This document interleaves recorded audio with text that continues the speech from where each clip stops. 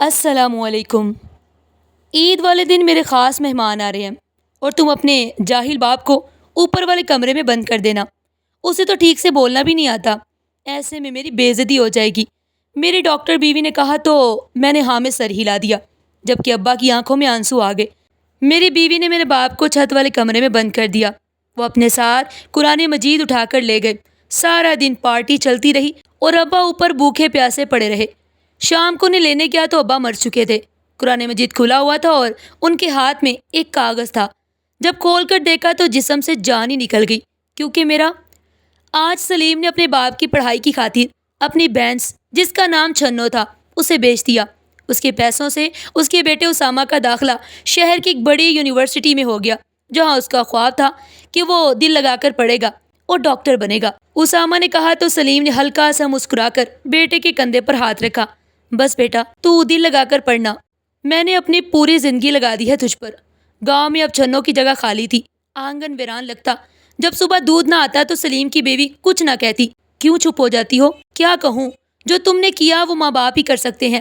بیٹے کے خواب مہنگے نکلے، سلیم نے ہنستے ہوئے کہا، مگر اس ہنسی میں درد چھپا تھا۔ خیر گزارا ہو رہا تھا۔ اب سلیم کی روزمرہ کی زندگی میں وہ سکون نہیں رہا۔ وہ کھیت جاتا لوٹتا مگر اندر سے خالی پن ساتھ ہوتا۔ بیٹے کی یونیورسٹی کی تصاویر، اس کے دوستوں کے ساتھ سیلفیاں، کبھی کبھار فون کالز، سب ایک طرح سے اس کی قربانی کی قیمت تھی۔ ایک دن سلیم نے اپنی بیوی سے کہا، پتہ ہے کل کھیت میں جب دھوپ چمکتی تو مجھے لگا چھنو کھڑی ہے، مجھے دیکھ رہی ہے۔ میں نے تو صرف جانور بیچا تھا، مگر دل بھی ساتھ چلا گیا۔ بیوی نے خاموشی سے اس کے ہاتھ پر ہاتھ رکھا۔ دل بھی آخر جان سے جڑا ہوتا ہے، وہ ایسے ہی تو نہیں نکلتا۔ ادھر شہر میں اسامہ اپنی پڑھائی میں مصروف تھا۔ اس نے یونیورسٹی کی پہلی تقریر میں کہا، میرا نام اسامہ ہے اور میرے والد ایک کسان جنہوں نے اپنے خواب قربان کیے تاکہ میں اپنا خواب پورا کر سکوں۔ سب نے تالیاں بجائی، مگر اس کا دل جانتا تھا کہ ان تالیوں کے پیچھے ایک بینس کی خاموش الوداع ہے، ایک ماں کی چپ اور ایک باپ کی آنکھوں میں چھپا درد۔ سلیم اکثر بیٹھ کر اسامہ کی یونیفارم اور پرانی کتابوں کو دیکھتا رہتا۔ یہ سب اب تمہارا ماضی ہے۔ اس نے بیگ سے نکلتی ہوئی بینس کی ایک پرانی تصویر کو دیکھا۔ وہ تصویر اسامہ نے بچپن میں بنائی تھی، جس میں لکھا تھا کہ میری چھنو، میرا دوست۔ دن گزرتے رہے مگر سلیم کا دل ویسا نہ ہو سکا۔ وہ جانتا تھا کہ اب قربانیوں کی شروعات ہو چکی ہے اور یہ پہلا قدم تھا، باقی سفر ابھی باقی تھا۔ ابھی تو خواب کی قیمت صرف ایک جانور تھی، آگے کیا کیا بیچنا پڑے گا یہ سوال اس کے دل میں ٹھہر گیا جیسے کوئی درد جو ابھی مکمل نہیں ہوا۔ رات کے سناٹے میں سلیم کی بیوی چپکے سے جاگی، چولہے کے پاس بیٹھ کر آہستہ سا چراغ روشن کیا۔ کمرے میں ہلکی روشنی پھیلی تو سلیم کا تھکا ہوا چہرہ صاف ظاہر ہوا۔ وہ بیٹھا ہوا تھا، ہاتھوں میں کچھ کاغذات جنہیں وہ بار بار دیکھ رہا تھا، جیسے ان پر لکھی رقمیں اس کے ذہن میں ہتھوڑے کی طرح بج رہی ہوں۔ یہ اسامہ کے اگلے سیمسٹر کی فیس کا بل تھا، اب کی دفعہ 2 لاکھ روپے۔ پچھلی بار جو بینس بیچی تھی اسے تو صرف ابتدا ہوئی تھی، اب یہ خواب اپنے پورے وجود کے ساتھ ان کے دروازے پر کھڑا تھا۔ اس کی بھوک بڑھتی ہی چلی جا رہی تھی۔ بیوی نے آہستگی سے پوچھا، کیا ہوا؟ پھر فیس بڑھا دی انہوں نے؟ سلیم نے سر جھکا کر صرف اسبات میں گردن ہلائی، جیسے اب الفاظ کہنے کی ہمت نہ ہو۔ اب کیا بیچو گے سلیم؟ سلیم نے کچھ نہیں کہا، بس اپنی پرانی الماری کی چابی اٹھائی، الماری کھول کر ان کاغذات کو نکالا جو اس کے مکان کی ملکیت ہے۔ یہ نہیں سلیم، یہ مت کرو، ہمارا گھر ہے، ہم کہاں جائیں گے؟ سلیم نے آنکھوں میں ضبط لیے ہوئے کہا، یہ چھت اگر میرے بیٹے کے خواب کے نیچے آ جائے تو میں خوشی خوشی اسے گروی رکھ دوں گا، وہ ڈاکٹر بنے گا۔ بس کچھ اور سال۔ بیوی خاموش ہو گئی، جیسے کسی نے اس کی سانس روک دی ہو۔ اس گھر میں اس نے جوانی گزاری، بچوں کو پالا، دیواروں پر ہاتھ کے نشان تھے، چھت پر سردیوں کی دھوپ اور گرمیوں کی چاندنی جمع تھی، مگر اب یہ سب کسی خواب کی نظر ہو رہا تھا۔ چند دن بعد سلیم شہر کے بینک میں بیٹھا تھا، کاغذات سامنے رکھے، ماتھے پر پسینہ اور دل میں بوجھ۔ قرض منظور ہو گیا اور گھر گروی رکھ دیا گیا۔ یونیورسٹی کی فیس جمع ہوئی اور اسامہ کا اگلا سال بھی چل پڑا۔ اسامہ خوش تھا، ابا میں اگلی لیبارٹری کی تحقیق میں شریک ہو رہا ہوں، ڈاکٹر جمشید مجھے جاننے لگے ہیں، میرا نام یونیورسٹی کے بورڈ پر آئے گا۔ سلیم نے مسکرا کر سنا، لیکن اندر ہی اندر ایک اینٹ کی قیمت محسوس کی۔ مہینے گزرتے گئے، فیس بڑھتی گئی۔ اب اگلے مرحلے میں زمین کا سوال تھا۔ گاؤں کے وہ قطعات جو سلیم نے ہمیشہ آنے والے کل کے لیے بچا کے رکھے تھے، اب وہ بھی بکنے لگے۔ بیوی نے ایک دن کہا، سلیم کبھی سوچا ہے کہ اگر اسامہ ڈاکٹر نہ بن سکا تو ہم کہاں جائیں گے؟ زمین، گھر، سب کچھ تو جا چکا ہے۔ سلیم نے اس کی بات کاٹ دی۔ وہ ضرور بنے گا۔ میں نے اللہ پر بھی بھروسہ رکھا ہے اور بیٹے کی محنت پر۔ اسامہ اب یونیورسٹی میں مشہور ہو چکا تھا، دوست بنے، تقریریں ہوئیں، تصاویر سوشل میڈیا پر آئی۔ وہ ایک نئے ماحول میں خود کو بڑا محسوس کرنے لگا۔ ایک دن فون پر اس نے کہا، ابا میڈیکل سیمینار لاہور میں ہے، جانا ضروری ہے، رجسٹریشن 5,000 کی ہے اور سفر کے اخراجات الگ، کیا ممکن ہو سکے گا؟ سلیم نے گردن جھکا کر ہاں کہہ دی، حالانکہ جیب میں صرف 20 روپے باقی تھے۔ وہ دوبارہ بازار گیا، پرانے برتن بیچے، بکری کا بچہ بیچا اور بیٹے کے لیے پیسے بھجوا دیے۔ ادھر گاؤں کے لوگوں میں سرگوشیاں شروع ہو گئیں، سلیم سب کچھ بیچ رہا ہے، بیٹے کے خوابوں کے پیچھے پاگل ہو گیا۔ کچھ ترس کھا کر کہتے، اللہ کرے کہ اسامہ واقعی ڈاکٹر بنے، ورنہ تو سلیم کا سب کچھ ختم ہو جائے گا۔ بیوی اب اکثر خاموش رہتی، اس کے چہرے پر ایک مستقل فکر چھائی رہتی۔ ایک دن شام کو سلیم بیٹھا تھا، ہاتھ میں پرانا لوٹا لیا جس پر اسامہ نے بچپن میں اپنے نام کے ساتھ دل کا نشان بنایا تھا۔ اسے یاد آیا وہ دن جب اسامہ نے پہلی دفعہ کہا تھا، ابا میں بڑا ہو کر ڈاکٹر بنوں گا، سب کی مدد کروں گا، آپ کو بڑی گاڑی لے کر دوں گا۔ سلیم کی آنکھیں نم ہو گئی، اس نے آسمان کی طرف دیکھا، یا اللہ میری قربانی رائیگاں نہ جائے۔ اب وہ مرحلہ آ چکا تھا جب آخری کھیت بھی بیچنا تھا۔ اس دفعہ سلیم کی آواز بھی کانپ گئی، کاغذات پر دستخط کرتے وقت اس کے ہاتھ کانپ رہے تھے۔ بیوی نے کمرے میں آ کر کہا، بس اب بہت ہو گیا سلیم، اگر کوئی چھت رہی تو وہ صرف آسمان کی ہوگی۔ مگر سلیم نے صرف اتنا کہا، آخری سیمیسٹر ہے، بس ایک بار یہ بھی گزر جائے۔ اسامہ کو جب پتہ چلا کہ ابا نے آخری زمین بھی بیچ دی تو اس کے چہرے پر ایک لمحے کو سناٹا چھا گیا، مگر پھر اس نے خود کو سنبھالا، ابا میں آپ کو مایوس نہیں کروں گا، میری آخری امتحان کی تیاری مکمل ہے۔ اسامہ نے اسے دعاؤں میں رخصت کیا، مگر دل میں عجیب سا ڈر بیٹھا تھا، جیسے خواب پورے ہونے کی بجائے کسی اندھیرے میں تحلیل ہو رہے ہوں۔ گرمی کی شدت میں امتحانات کا آخری دن تھا، اسامہ کے ہاتھ پسینے سے بھیگے ہوئے تھے اور دل میں ایک انجانی بے چینی تھی۔ ہال کے دروازے پر کھڑے ہو کر اس نے ایک آخری دفعہ درود پڑھا، اپنی ماں کی دعاؤں کو یاد کیا اور کمرہ امتحان میں داخل ہو گیا۔ وہ جانتا تھا کہ یہ پل صرف ایک امتحان نہیں، ایک سفر کا فیصلہ ہے، ایک سفر جو اس کے والد سلیم نے خوابوں کی بنیاد پر شروع کیا تھا۔ لیکن تقریر کے قلم کی روشنائی کبھی کبھی خوابوں کے رنگوں کو دھندلا کر دیتی ہے۔ امتحان کے بعد دن رات ہفتے سب جیسے رک سے گئے۔ سلیم ہر دوسرے دن اسامہ کو فون کرتا، بیٹا کیسا ہوا پیپر؟ اور ہر دفعہ اسامہ دھیمی آواز میں جواب دیتا، ابا اللہ خیر کرے گا۔ سلیم نے کچھ محسوس کیا تھا، کچھ غیر معمولی۔ وہ دعاؤں میں زیادہ وقت گزارنے لگا۔ بیوی اب پہلے جیسی خاموش نہیں، مسلسل فکر مند رہتی۔ ایک دن وہ کہنے لگی، اگر اللہ نے صلہ نہ دیا تو؟ سلیم نے صرف ایک جملہ کہا، تو بھی اللہ کی طرف سے ہی ہوگا۔ رزلٹ کا دن آیا۔ اسامہ نے دوستوں کے ساتھ کمپیوٹر پر رزلٹ کھولا، لیکن فہرست میں اپنا نام نہ پا سکا۔ اس کا دل بیٹھ گیا، جیسے کسی نے اس کے اندر سے جان نکالی ہو۔ دوستوں نے تسلی دی، کچھ نے کندھے تھپتھپائے، مگر وہ جانتا تھا کہ جس خواب کے لیے سب کو داؤ پر لگایا تھا وہ آج زمین بوس ہو گیا ہے۔ وہ دن بہت بھاری تھا۔ اسامہ نے سلیم کو فون کیا، لیکن الفاظ گلے میں ہی اٹک گئے۔ صرف اتنا کہہ پایا، ابا میں پاس نہیں ہو سکا۔ دوسری طرف مکمل خاموشی۔ ٹھیک ہے بیٹا، اللہ بہتر کرے گا۔ سلیم کی آواز میں وہ شکست تھی جو کبھی کسی جنگجو نے آخری سانس سے پہلے محسوس کی ہو۔ اس نے فون بند کیا اور کئی لمحے ایسے ہی درخت کے نیچے بیٹھا رہا، لیکن سلیم کا چہرہ جیسے وقت سے باہر تھا، بے رنگ، بے جان۔ بیوی نے حیرت سے پوچھا، کیا ہوا سلیم؟ سلیم نے دھیرے سے کہا، اسامہ فیل ہو گیا۔ بیوی بیٹھ گئی، جیسے کسی نے اس کے قدموں تلے سے زمین کھینچ لی ہو۔ تو ہم کیا کریں گے سلیم؟ سلیم نے ایک لمبی سانس لی، پتہ نہیں، شاید وہ کوئی نوکری ڈھونڈ لے۔ کچھ دن بعد اسامہ کا فون آیا، ابا ایک اسپتال میں چھوٹی سی نوکری ملی ہے، اسسٹنٹ کی، تنخواہ کم ہے لیکن کچھ نہ ہونے سے بہتر ہے۔ سلیم نے جھوٹ موٹ مسکرا کر کہا، بیٹا کام کوئی چھوٹا نہیں ہوتا، مگر دل اس کا اندر ہی اندر کہہ رہا تھا، میں نے جس قیمت پر خواب خریدا اس کا صلہ یہ نہیں ہونا تھا۔ سلیم اور اس کی بیوی نے گاؤں چھوڑنے کا فیصلہ کیا۔ اب وہاں کچھ نہیں رہا تھا، نہ زمین، نہ گھر، نہ روزگار، بس یادیں تھی، اور وہ بھی ہر دیوار پر اداسی بن کر چپکی ہوئی تھی۔ چند پرانے صندوق، کچھ بوسیدہ کپڑے اور ٹوٹے خواب، یہی سامان تھا ان کا۔ انہوں نے پرانا تالا بند کیا اور ایک بار پیچھے مڑ کر اس دروازے کو دیکھا جس کے پیچھے ان کی پوری زندگی تھی۔ شہر میں اسامہ نے ایک چھوٹے سے کرائے کے مکان کا بندوبست کیا، ماں باپ کو لینے گیا۔ راستے پر خاموشی رہی۔ ماں نے ایک بار کھڑکی سے باہر دیکھ کر کہا، ان درختوں میں میرا بچپن چھپا ہے، اب یہ منظر بھی پرایا لگے گا۔ شہر کے چھوٹے سے فلیٹ میں سب کچھ نیا تھا، مگر دل پرانے زخموں سے چور تھا۔ اسامہ صبح جلدی اسپتال چلا جاتا اور شام کو تھکا ہارا لوٹتا۔ سلیم کھڑکی سے باہر ٹریفک کو دیکھتا اور سوچتا کہ وہ زندگی جو کبھی کھیتوں میں گزری تھی اب سیمٹ کی دیواروں میں قید ہو گئی ہے۔ شہر کی صبح گاؤں کی صبح سے مختلف ہوتی ہے، نہ مرغوں کی بانگ، نہ کھیتوں کی خوشبو، نہ وہ پرندوں کی چہچہاہٹ جو دن کی شروعات کو خوشگوار بناتی تھی۔ یہاں ہر چیز تیز، بے رحم اور بے حس تھی، جیسے انسانوں کے چہروں سے زیادہ ان کے موبائل کی اسکرین روشن ہو۔ اسامہ اپنی نوکری میں الجھا ہوا تھا۔ وہ ہسپتال کے مریضوں، رپورٹس اور دواؤں کی دنیا میں گم تھا۔ اب وہ خود کو خاندان کے لیے کفیل سمجھتا تھا۔ اس کے لیے وقت نکالنا بوجھ سا لگنے لگا۔ ابا، آپ لوگ آرام کریں، میں شام میں کچھ فروٹس لے آؤں گا۔ مگر شام آتی اور وہ تھکا ہارا خالی ہاتھ واپس لوٹ آتا۔ ایک شام سلیم نے بیوی کو چھت پر لے جانے کی ضد کی۔ چلو بی بی، شہر کی تمام شامیں دیکھے، شاید دل بہل جائے۔ بیوی نے کمزور ہنسی کے ساتھ کہا، یہاں کی شاموں میں سکون نہیں، بس شور ہے۔ گاؤں کی شام کی آواز ہوا میں گونجتی تھی، یہاں تو کاروں کا ہارن سنائی دیتا ہے۔ چند دن بعد اس کی حالت بگڑنے لگی۔ سلیم نے اسامہ کو کہا، بیٹے تمہاری ماں کی حالت ٹھیک نہیں، کسی اچھے ڈاکٹر کو دکھاؤ۔ اسامہ نے لاپرواہی سے کہا، ابا میں خود ہسپتال میں ہوں، دوا بھی لے آیا ہوں، بس ٹائم پر کھلا دیا کریں۔ کچھ کہنا چاہتا تھا مگر خاموش ہو گیا۔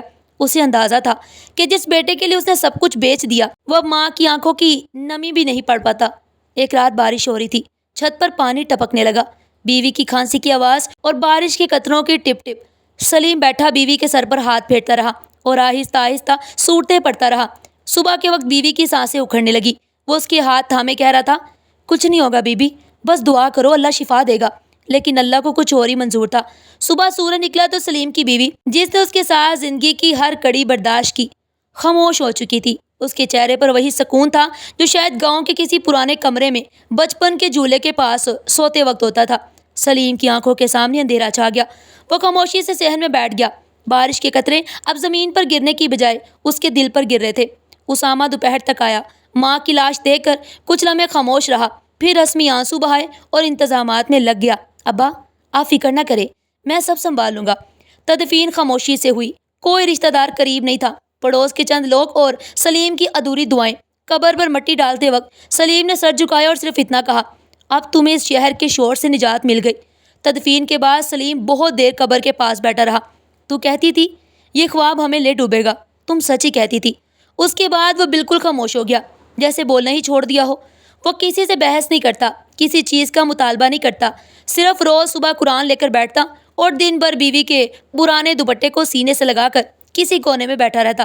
ایک دن اسامہ نے کہا، ابا آپ اب گاؤں جانا چاہتے ہیں؟ سلیم نے ایک نظر بیٹے کو دیکھا۔ بیٹا وہاں اب کیا ہے؟ تم نے تو سب بیچ دیا، اب تو میری قبر بھی شاید شہر میں بنے گی۔ اسامہ کے چہرے پر ایک لمحے کو شرمندگی کا سایہ آیا، لیکن پھر وہ موبائل میں مصروف ہو گیا۔ شہر کی زندگی نے سلیم کو اندر سے کھوکھلا کر دیا تھا۔ گاؤں کی کھلی فضا، مٹی کی خوشبو، سب کچھ خواب بن گیا۔ اب صرف بند کھڑکی، راتوں کی بے خوابی باقی رہ گئی تھی۔ وہ ہر رات بستر پر لیٹتے ہوئے بیوی کی تصویر کو دیکھتا اور دھیرے سے کہتا، میں نے خوابوں کے پیچھے سب کچھ دے دیا، مگر یہ نہ جانا کہ خواب کبھی قبر میں بھی دفن ہو سکتے ہیں۔ اب وہ اپنی زندگی کے اس موڑ پر تھا جہاں نہ کوئی خواہش بچی تھی، نہ کوئی امید، صرف خاموشی اور بیٹے کے رویے کی سختی باقی تھی۔ سلیم کی بیوی کی وفات کے بعد گھر میں جیسے زندگی کا سلسلہ تھم سا گیا۔ کمرے میں خاموشی گونجی، کھڑکی کے باہر کی روشنی اندھیرے جیسی لگتی اور وقت صرف گھڑی میں چلتا تھا، دل میں نہیں۔ سلیم دن بھر چپ چاپ بیٹھا رہتا اور اسامہ صبح ہسپتال اور شام کو اپنے موبائل میں مصروف ہو جاتا۔ باپ اور بیٹے کے درمیان نہ لڑائی تھی، نہ محبت، صرف ایک خاموش فاصلہ۔ ایسے ہی دنوں میں ہسپتال میں اسامہ کی ملاقات ایک لیڈی ڈاکٹر مصباح سے ہوئی۔ وہ عمر میں اسامہ سے کچھ بڑی تھی، لیکن شخصیت میں پختہ، گفتگو میں پرکشش اور مالی طور پر مستحکم۔ مصباح ایک معروف سرجن کی بیٹی تھی اور اپنے طور پر آزاد مزاج اور خود مختار۔ اسامہ جو زندگی میں بار بار ٹوٹا تھا، اس مضبوط عورت کے رویے سے متاثر ہوا اور آہستہ آہستہ دونوں کے درمیان دوستی بننے لگی۔ مصباح کو بھی اسامہ کی سنجیدگی، خاموشی اور خاکسار طبیعت اچھی لگی۔ ایک دن اس نے خود ہی اسامہ سے کہا، میری ماں تو کہتی ہے کہ مجھے کسی امیر بزنس مین سے شادی کرنی چاہیے، لیکن میرا دل کہتا ہے کہ تم میں سچائی ہے اسامہ۔ اسامہ کچھ لمحے خاموش رہا، پھر کہا کہ میرے پاس نہ دولت ہے، نہ مقام، صرف ایک بوڑھا باپ ہے جو اب بیمار سا رہتا ہے، اور میں خود بھی کسی بڑے خواب سے ٹوٹا ہوا ہوں۔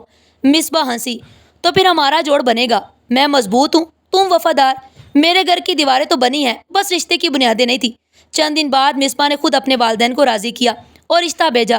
سلیم نے پہلے حیرت سے اسامہ کی بات سنی، پھر کچھ سوچ کر کہا، بیٹا اگر تمہیں لگتا ہے کہ وہ تمہاری زندگی بہتر کر سکتی ہے تو میں دعا دوں گا۔ سلیم نے امید باندھ لی کہ شاید اب اسامہ کو اپنا گھر ملے گا، اور شاید وہ خود بھی اس چھوٹے کرائے کے مکان سے نکل کر کسی بہتر جگہ منتقل ہو جائے گا۔ شادی، مہنگے ملبوسات اور تنقیدی نظروں نے سلیم کو غیر محسوس طور پر کمزور اور چھوٹا بنا دیا۔ نکاح کے بعد جب سلیم دلہن کو رخصت ہوتے دیکھ رہا تھا تو دل میں دعا کے ساتھ ایک خالی پن بھی محسوس ہو رہا تھا، جیسے اس شادی میں کچھ کمی تھی، کوئی جذبہ۔ شادی کے چند دن بعد اسامہ مصباح کے ذاتی گھر میں شفٹ ہو گیا، جو شہر کے مہنگے ترین علاقے میں تھا۔ سلیم کے لیے علیحدہ چھوٹا سا کمرہ مخصوص کیا گیا جو بیرونی گیٹ کے ساتھ واقع تھا۔ شروع میں مصباح کا رویہ بظاہر مہذب تھا، لیکن جلد ہی تلخی اور غرور جھلکنے لگا۔ ایک دن جب اسامہ صبح ناشتہ کرنے کے لیے کچن کے پاس آیا تو مصباح نے سخت لہجے میں کہا، چائے بنانی ہے تو اپنا کپ دھو لو، ملازمہ نہیں ہوں میں یہاں۔ سلیم نے ایک لمحے کو اسے دیکھا اور پھر دھیرے سے کہا، بیٹی میں تو صرف پانی لینے آیا تھا۔ مصباح نے طنزیہ کہا، تو پھر برتن کیوں چھوڑ آتے ہیں؟ اس گھر میں مفت کا کھانا نہیں ملتا۔ اسامہ اس وقت کمرے سے نکل آیا اور مصباح نے بات بدل دی، لیکن سلیم کے دل میں پہلا زخم لگ چکا تھا۔ چند دن بعد رات کے کھانے کے بعد مصباح نے سلیم کے استعمال شدہ برتن اٹھا کر اس کے ہاتھ میں تھما دیے۔ یہ پلیٹ دھو دے، باہر کچن گیلا ہے، ملازمہ صبح آئے گی تو چڑ جائے گی۔ سلیم نے حیرت سے دیکھا، لیکن پھر خاموشی سے برتن اٹھا کر باہر جا بیٹھا۔ سردی کی رات تھی، وہ برتن دھوتا رہا، کپڑے بھیگ گئے اور ہاتھ کانپنے لگے۔ جب وہ ہاتھ خشک کر کے اپنے کمرے میں واپس آیا تو اتفاق سے ایک پلیٹ اس کے ہاتھ سے گر کر ٹوٹ گئی۔ مصباح دوڑتی ہوئی آئی، یہ پلیٹ میرے ڈنر سیٹ کی ہے، مہنگی تھی، تم لوگوں کو قیمتی چیزوں کی کوئی قدر نہیں۔ اسامہ بھی باہر نکل آیا اور اس نے بھی جھنجھلا کر کہا، ابا آپ سے کہا تھا نا کہ برتنوں کو سنبھال کر رکھیں، ہر چیز خراب کر دیتے ہیں۔ سلیم نے پہلی بار کچھ نہ کہا، نہ صفائی دی، بس دھیرے سے اپنے بستر پر بیٹھ گیا، سر جھکا کر جیسے اپنے اندر کچھ دفن کر رہا ہو۔ رات کو وہ دیر تک جاگتا رہا۔ اس نے اپنی بیوی کی پرانی چادر کو آنکھوں سے لگا لیا اور پہلی بار بیٹے کی آواز میں اپنی وقت کی کمی محسوس کی۔ میں نے سب کچھ دیا بیٹا تمہیں، خود سے زیادہ چاہا، لیکن آج تمہارے گھر میں اجنبی ہوں۔ اسامہ جو پہلے ماں کے آگے نرم دل تھا، اب مصباح کے اثر میں آ کر سخت ہوتا جا رہا تھا۔ محبت اب مفاد میں بدلنے لگی۔ وہ دل سے باپ کا احترام کرتا تھا، لیکن زبان سے کچھ اور نکلنے لگا تھا۔ ایک وقت تھا جب سلیم کی موجودگی گھر میں برکت سمجھی جاتی تھی، مگر اب وہی وجود ایک ناپسندیدہ بوجھ بن چکا تھا۔ اسامہ صبح صبح کام پر نکل جاتا اور مصباح کھل کر اپنا رنگ دکھانے لگی۔ وہ اب کسی بھی لحاظ یا شرم کی قائل نہیں تھی۔ سلیم کی خاموشی کو وہ کمزوری سمجھ چکی تھی اور اسی کمزوری کا وہ روز نیا فائدہ اٹھاتی۔ ایک دن مصباح نے گھر میں نئی الماریاں لگوانے کا فیصلہ کیا۔ کاریگر آئے، پورے گھر کا سامان ادھر ادھر کیا جانے لگا۔ سلیم کا پرانا بستر، اس کی چند کتابیں اور بیوی کی نشانیوں سے بھرا ہوا ایک چھوٹا سا صندوق بھی کمرے سے نکال دیا گیا۔ سلیم باہر صحن میں بیٹھا دیکھ رہا تھا۔ کاریگر صندوق گھسیٹ رہے تھے جس میں بیوی کے لکھے ہوئے خطوط، شادی کی تصویر اور اسامہ کا بچپن محفوظ تھا۔ بیٹا وہ صندوق ذرا نرمی سے رکھو۔ اس پر مصباح تیزی سے آگے بڑھی۔ انکل یہ سب پرانا بیکار سامان ہے، اگر آپ کو اتنا ہی پیارا ہے تو اسے اپنے بستر کے نیچے رکھ لے، مگر میرے ڈرائنگ روم میں یہ بدبودار چیزیں نہیں چلیں گی۔ سلیم نے آہستگی سے صندوق اپنے کمرے میں گھسیٹا اور کونے میں رکھ دیا۔ وہ خاموش تھا، مگر دل میں ایک زلزلہ تھا۔ محبت، یادیں، سب کچھ جیسے کسی نے مٹی میں ملایا ہو۔ اگلے دن کی تکلیف کچھ اور تھی۔ مصباح نے گھر میں ایک چھوٹا کتا پال لیا، جدید شوقین اور مہنگی نسل کا پالتو جانور جسے وہ اپنے بچے کی طرح رکھتی تھی۔ یہ ہماری فیملی کا نیا ممبر ہے، مصباح نے اعلان کیا۔ کتا آزادانہ پورے گھر میں گھومتا، مگر سلیم کے کمرے کے سامنے جیسے ہی آتا بھونکنے لگتا۔ مصباح کہکا لگا کر کہتی، انکل میرا ڈوگی آپ کو دیکھ کر ڈر جاتا ہے، شاید آپ کی شکل سے کوئی پرانی جنگ یاد آتی ہے۔ ایک دن جب سلیم وضو کرنے جا رہا تھا، وہی کتا اس کے پاؤں میں آ کر الجھ گیا۔ سلیم لڑکھڑا گیا اور سیدھا ہاتھ کی کونی سے خون نکل آیا۔ مصباح ہامتی ہوئی آئی، لیکن سلیم کی طرف نہیں بلکہ کتے کی طرف۔ میرا بچہ تمہیں چوٹ تو نہیں آئی؟ انکل آپ کہاں دیکھ کر چلتے ہیں؟ اگر میرے کتے کو کچھ ہو جاتا۔ سلیم نے زخمی ہاتھ کو دیکھا، پھر کتے کو اور پھر مصباح کو۔ بیٹی میں گر گیا تھا، مصباح نے سخت لہجے میں کہا۔ گرنے کی تو عادت ہے آپ کی، مگر میرے گھر میں اگر دوبارہ میرے پالتو کتے کے ساتھ کچھ کیا تو میں یہ برداشت نہیں کروں گی۔ وہ رات سلیم نے درد میں گزار دی۔ اسامہ سے کچھ کہنے کا خیال آیا، مگر فوراً دل نے روکا۔ جسے آنکھ بند کرتے وقت بیوی کے مرنے کی خبر دی ہو، وہ دل کا حال کیا سمجھے گا۔ چند دن بعد سلیم کی پرانی چارپائی کی حالت خراب ہو گئی، کمر میں درد نے شدت اختیار کر لی۔ سلیم نے مصباح سے کہا، بیٹی اگر نئی چارپائی نہ ہو سکے تو پرانا گدا ہی بدلوا دو، کمر میں بہت درد ہے۔ مصباح نے آنکھیں سکے کر اسے دیکھا۔ انکل ہم کوئی خیراتی ادارہ نہیں چلا رہے، اگر آپ کو یہاں کی سہولتیں پسند نہیں تو کسی بوڑھوں کے مرکز چلے جائیں، وہاں آپ جیسے لوگ ہی ہوتے ہیں۔ یہ جملہ سلیم کے دل پر بجلی کی طرح گرا۔ اپنے بیٹے کے گھر میں جہاں میں نے ہر اینٹ کی قیمت چکائی، مجھے وہاں جگہ نہیں۔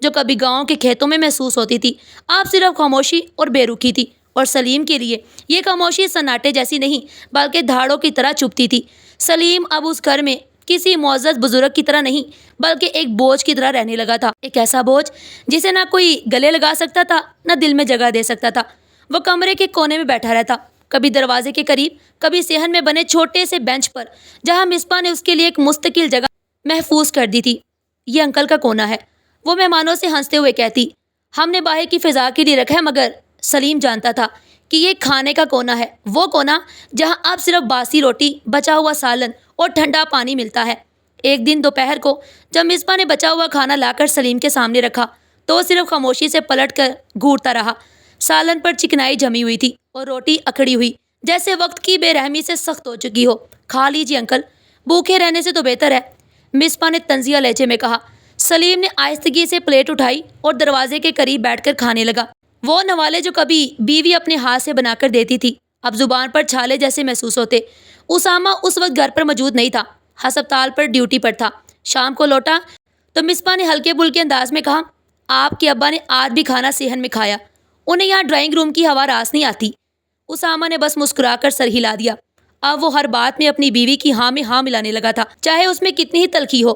کچھ دن بعد سردی کی شدت میں اضافہ ہو گیا۔ سلیم کی طبیعت کچھ بوجھل سی ہونے لگی، جسم میں کپ کپی، حلق میں درد اور ماتھے پر ہلکا سا بخار محسوس ہونے لگا۔ شاید موسم کا اثر ہے، اس نے خود سے کہا اور چپ چاپ اپنے کمرے میں لیٹ گیا۔ اگلے دن وہ ہلکے بخار کے ساتھ اٹھا اور کھانسی شروع ہو گئی۔ کپ کپاتے ہاتھوں سے دروازہ کھولا اور آہستہ آہستہ صحن کی طرف بڑھا۔ مصباح نے دور سے کہا، انکل آپ بخار میں باہر کیوں نکل آئے؟ آپ کا کمرہ ہی بہتر ہے، میں دوا بھیج دوں گی۔ مگر دوا نہیں آئی، نہ خیال آیا۔ سارا دن بخار میں لیٹا رہا، کوئی چیک کرنے نہ آیا، نہ تیمارداری کے الفاظ۔ رات کو بخار بڑھ گیا، سلیم کا جسم کانپنے لگا۔ وہ ایک پرانا کمبل اوڑھے چھت کی طرف دیکھے جا رہا تھا۔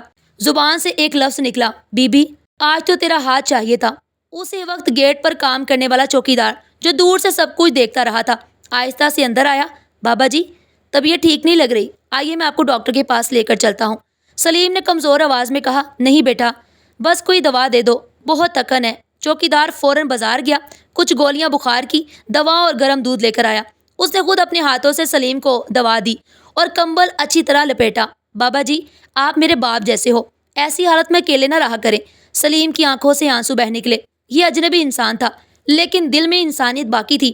اگلے دن مصباح کو جب پتہ چلا کہ چوکیدار دوا دینے آیا تھا تو اس نے آسمان پر سر اٹھا لیا۔ کس کی اجازت سے تم اندر آئے؟ کون ہو تم کہ میرے سسر کو دوا دو؟ کیا تمہیں کوئی حدود کا اندازہ نہیں؟ چوکیدار خاموشی سے کھڑا رہا، سر جھکائے۔ خبردار، آئندہ تم نے ان کے قریب جانے کی کوشش کی تو نوکری سے نکال دوں گی۔ سلیم دروازے کے پیچھے سے سب سن رہا تھا۔ وہ چلا نہیں، رکا نہیں، بس وہ اندر ہی اندر مر گیا۔ ایک وقت تھا کہ بیوی کی تکلیف پر گاؤں کا آدھا محلہ دوڑا چلا آتا تھا۔ آج میں بخار میں ہوں اور میرے بیٹے کا گھر میرا دروازہ بند کر رہا ہے۔ اسامہ جب گھر آیا تو مصباح نے بات کو معمولی انداز میں پیش کیا۔ چوکیدار حد سے بڑھنے لگا تھا۔ تمہیں یاد رکھنا ہوگا کہ وہ صرف ملازم ہے۔ اسامہ نے سر ہلایا اور بات بدل دی۔ باپ کی بخار کا، دوا کا یا حال کا ذکر نہ کیا۔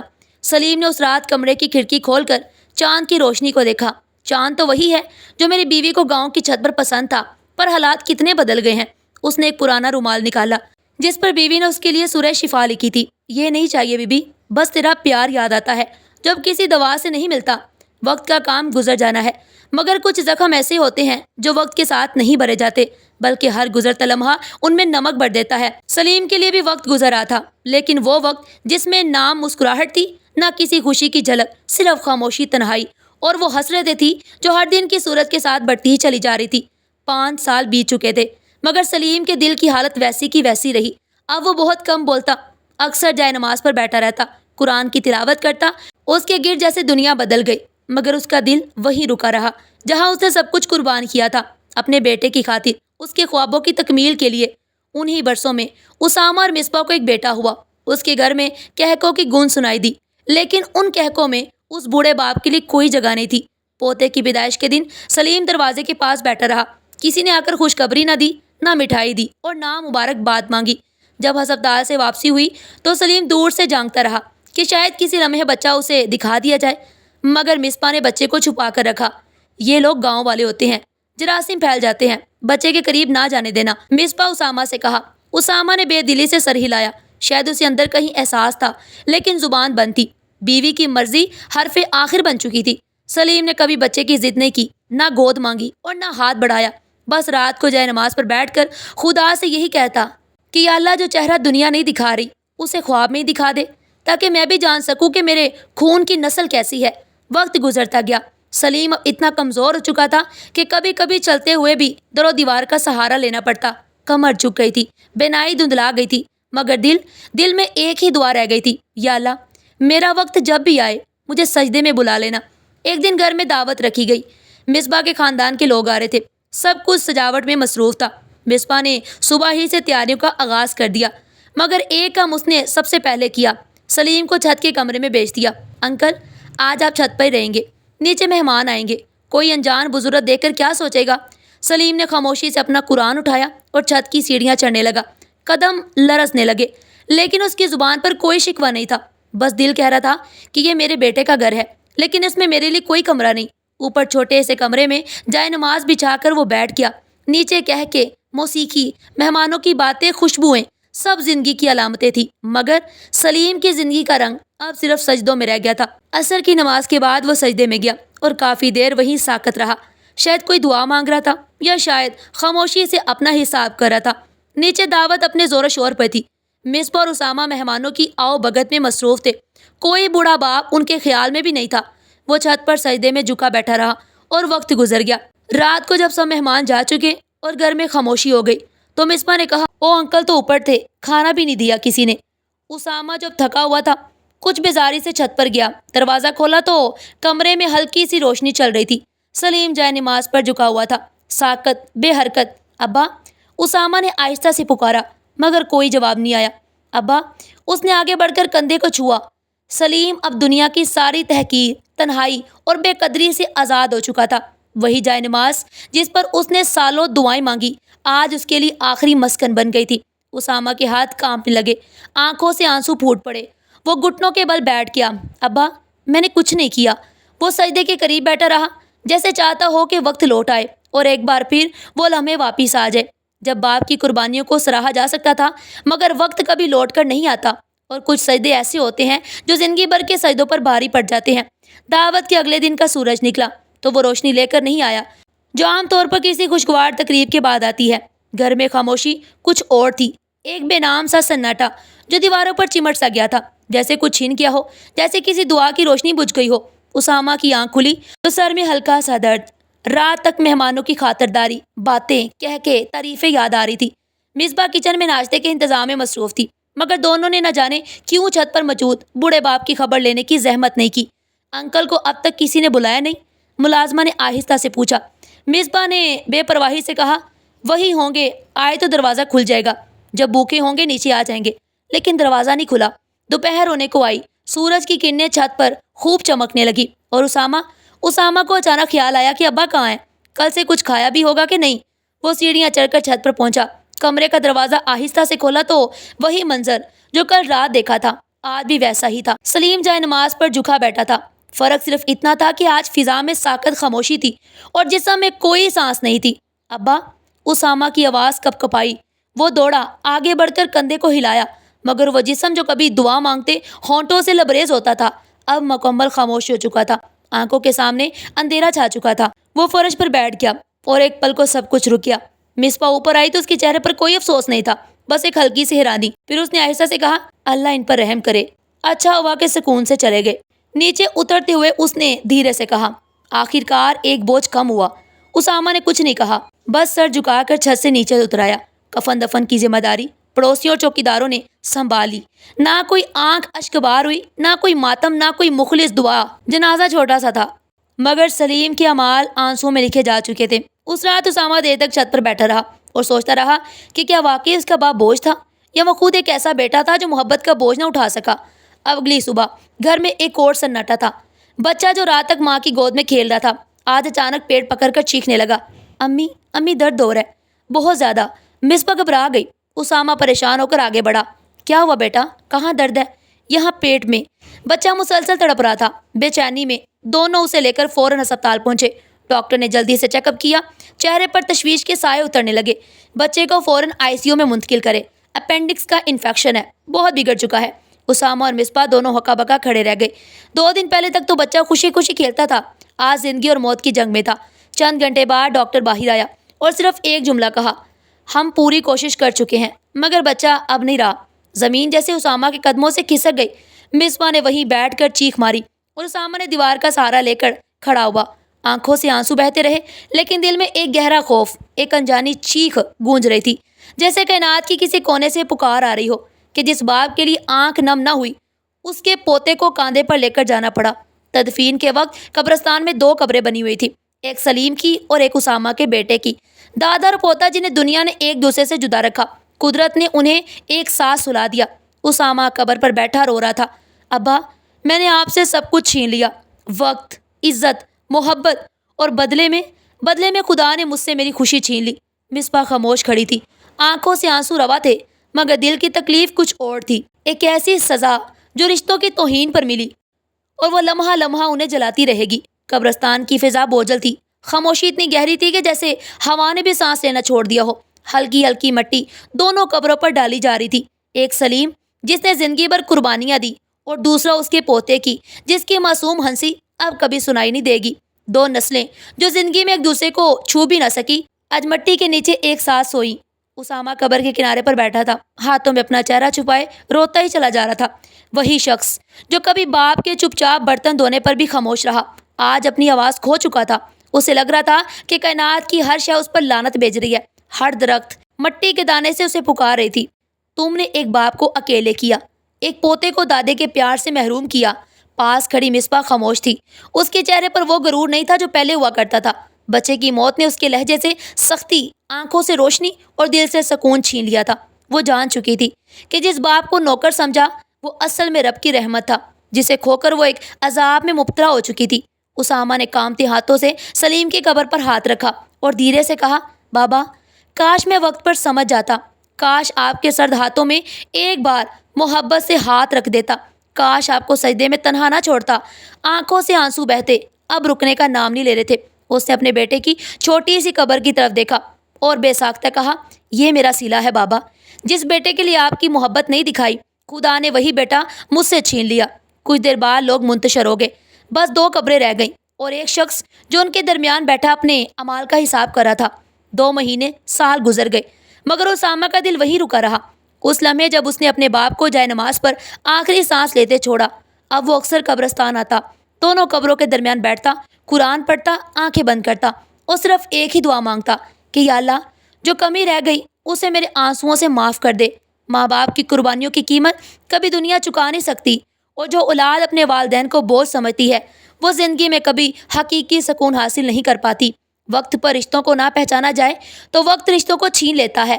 ماں باپ کی دعا جنت ہے اور ان کی بے قدری دنیا کا بدترین خسارہ۔ رشتوں کی عزت کریں کیونکہ جو زمین آج خاموش ہے وہ کل ہمارے لیے بھی نرم یا سخت بن سکتی ہے۔